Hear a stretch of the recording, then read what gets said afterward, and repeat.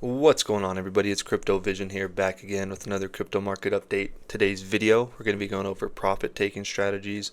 I'm going to be covering over what I did over through July, through this last little run, and let you kind of know, what I did in the most recent, profit taking strategy. So thanks, shout out to Giga for the request. I just want to remind everyone that I'm not a financial advisor. This is not financial advice.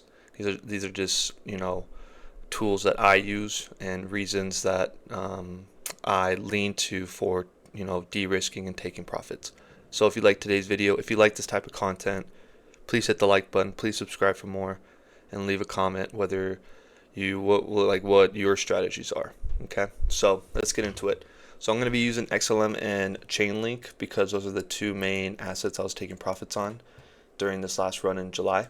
So I'm actually going to hide this and leave it on the weekly. Okay. That's the reason why I was up there, just because that was the rejection point. So overall, right, before this whole entire thing happened, right, we were measuring low to highs, we were doing Fibonacci retracement, we were doing, I was doing all this stuff, I wasn't recording anything, but this is what I was doing. So I was aiming for about, hard rejection, hard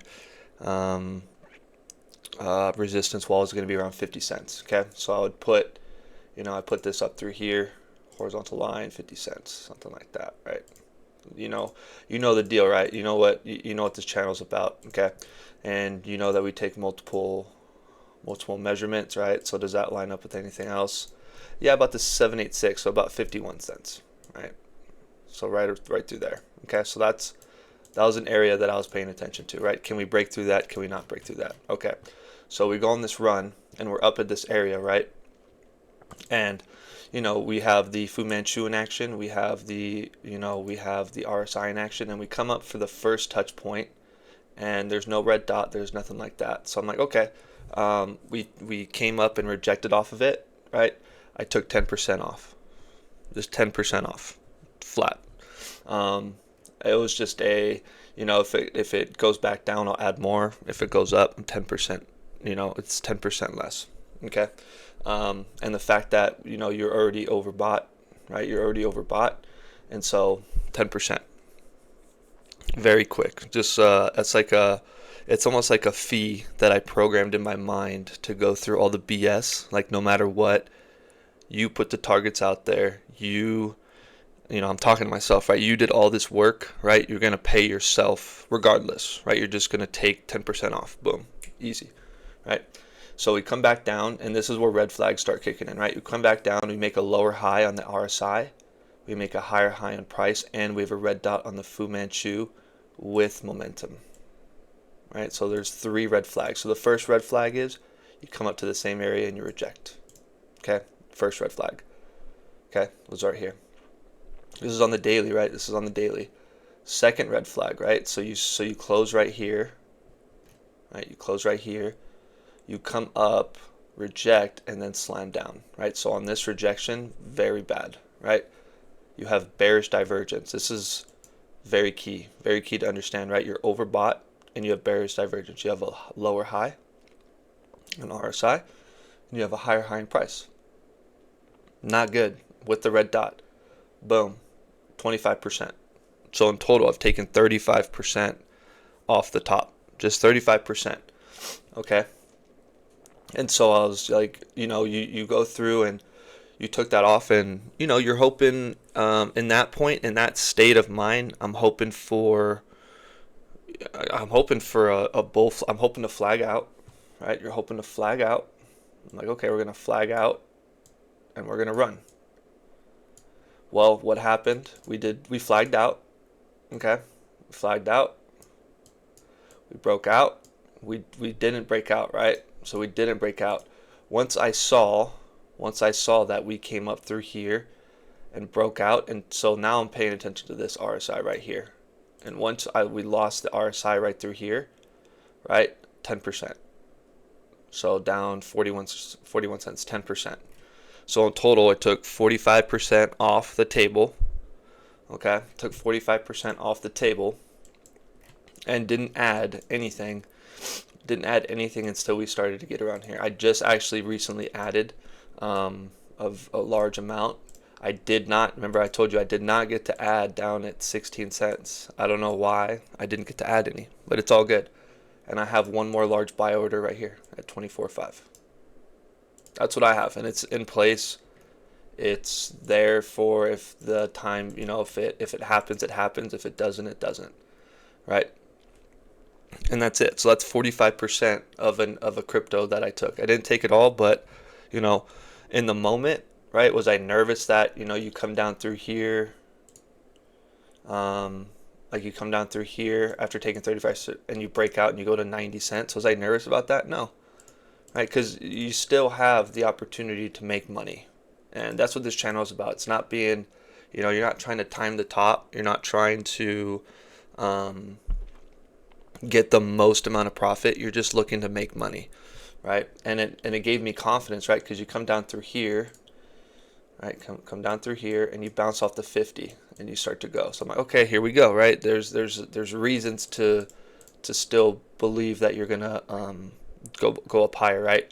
But pairing with the RSI, a red dot on the Fu Manchu, right? And then losing momentum, and you have a lower high on Fu Manchu, right? So that's kind of the strategy I had with XLM, and it allowed me to buy a lot more Jasmy and DGen, because I was actually, to be honest, I was in a not a comfortable spot for DGen and Jasmy. I was about even.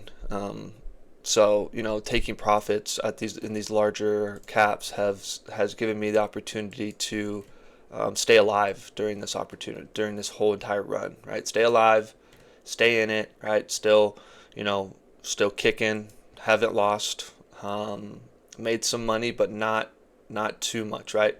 So this is an example. So I wanted to show you two examples, right? So first example was XLM, right? And how you got oversold, right? You had bearish divergence, and then you slammed down, and then you were done, right? And then it was done. But Chainlink acted differently, right? Chainlink acted differently.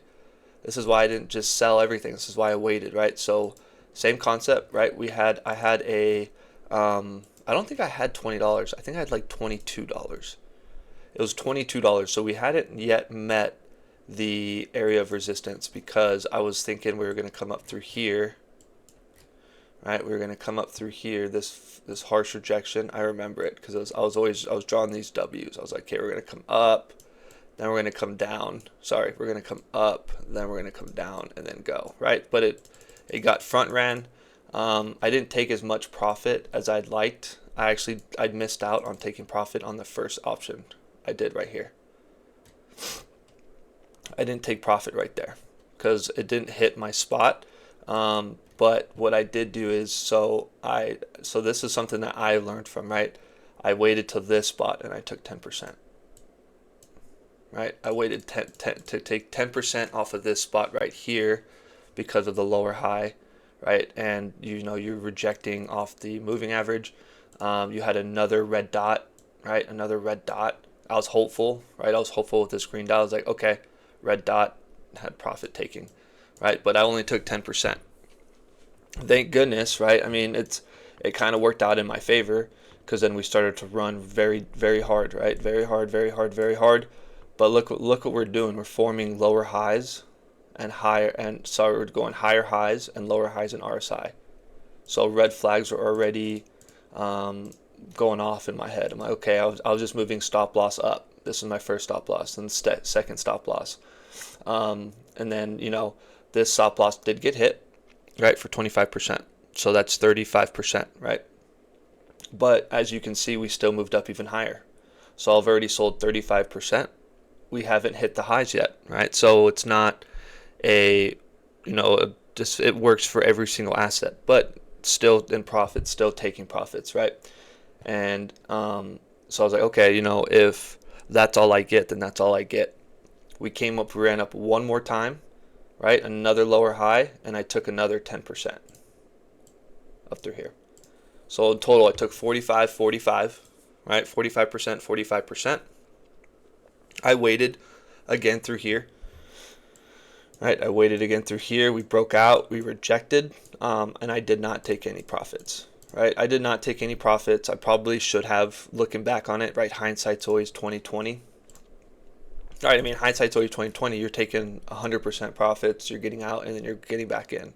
But that's not how it works all the time, right? So, but overall, I think those are two successful trades that I had. I think, well, they did allow me to add back in at lower prices, right? I added a crazy amount back down through here on Chainlink. Not only did I get more, pardon me, I was able to drop my average, and pardon me, and then, just hanging out now, just hanging out and waiting, right? I have another buy order at 10 or 11:32 right here.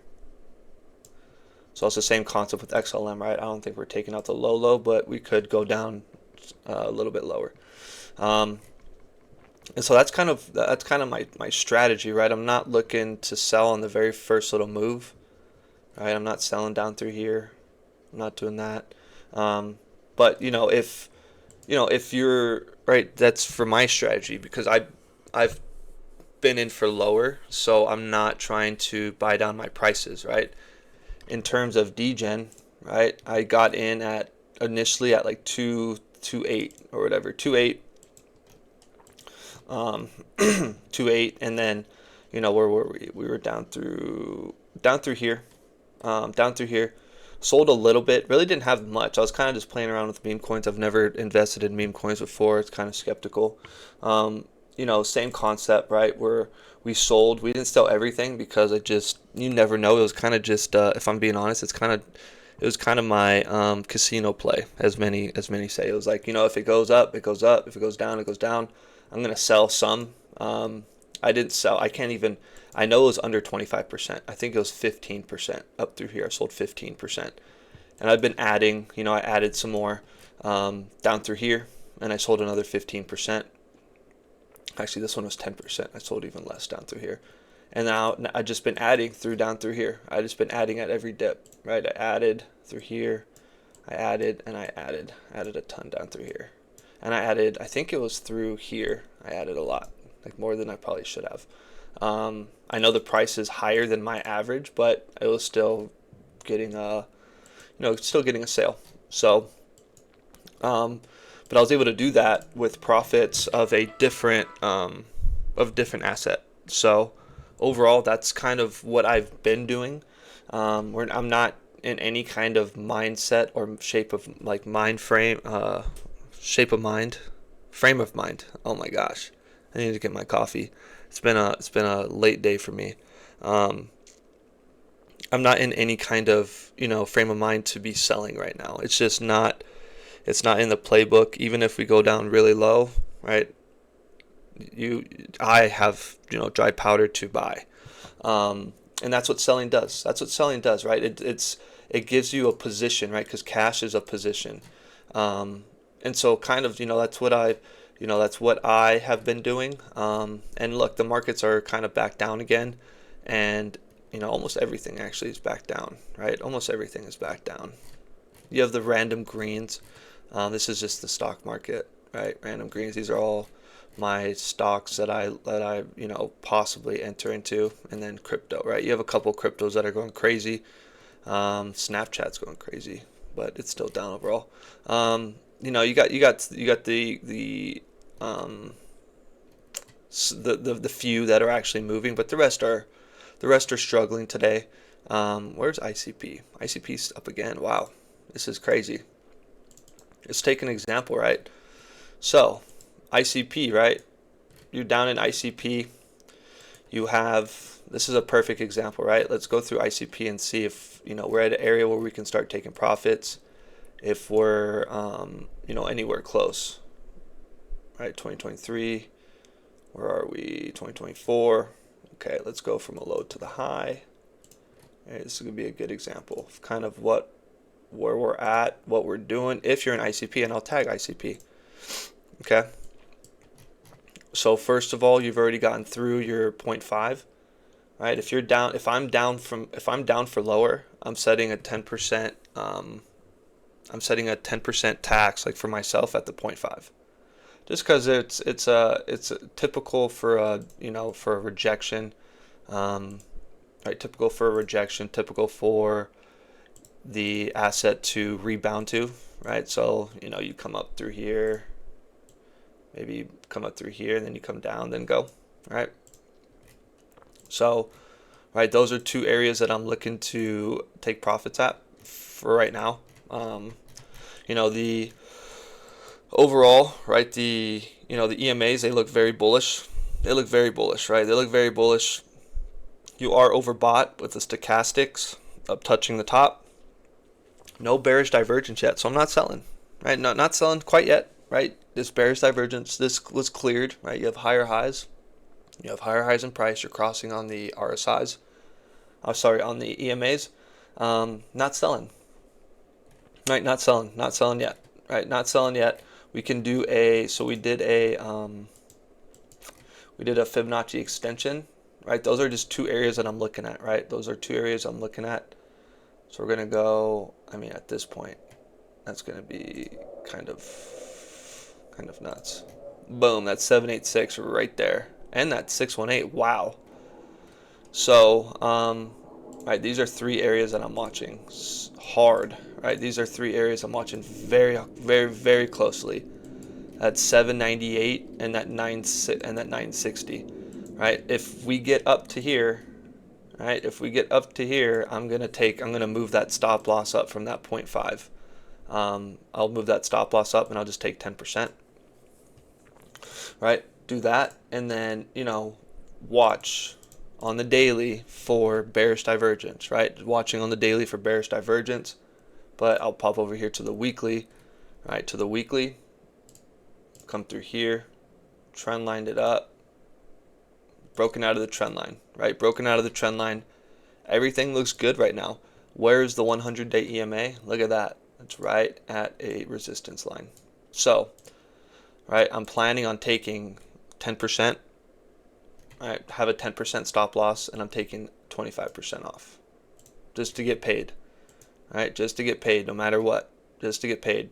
That's the way I do things, especially if you're in for lower, especially if you do the strategy like we do the strategy. You probably should have been buying in through here. Right, probably should have been buying in through here, right? And then so what that leaves you is, even if you're up, even if you bought down through here a couple times, you're up 70%. At the 25% mark, you're up, right? You're up 83%. You're up 118%, and you're up 173%. Right? So I'd have a trailing stop loss for 10%, and then I'll take 25% off right here. Right? And then I'm watching for bearish divergence on the daily. That's what I'm doing, right? More than likely, you're going to start forming some kind of bearish divergence, because from a low to a high, what is this up already? This is up 260%.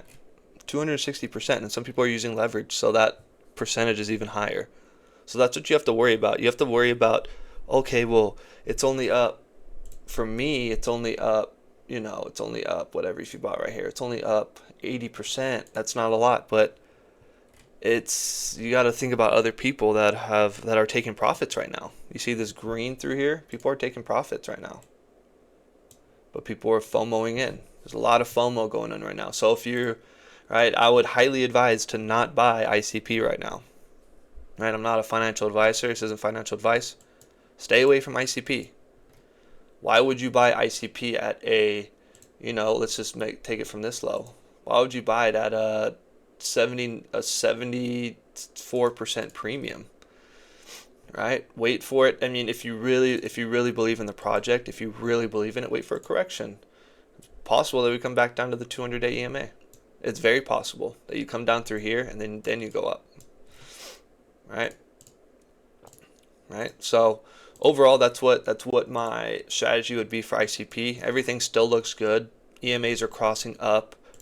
No bearish divergence on the daily. What about the 4-hour? Ooh, look at the 4-hour though. See? Everything has a story. Everything has a story.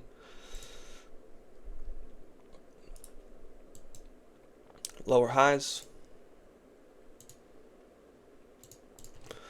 Lower highs, right? So you got a lower high, right? So what is this at? This is at 65. This is at 67. Is that 87? That's 87. I'm blind as a bat. 87, 86, 81, right? So you're forming some serious bearish divergence, right? Some serious bearish divergence. So at this point now I'm waiting on a red dot on the 4-hour, because you're already waiting. You're already in bearish divergence territory, right? So you're gonna front run the daily, right? You're gonna front run the daily. You're gonna take some profit. You're gonna do the 10% profit.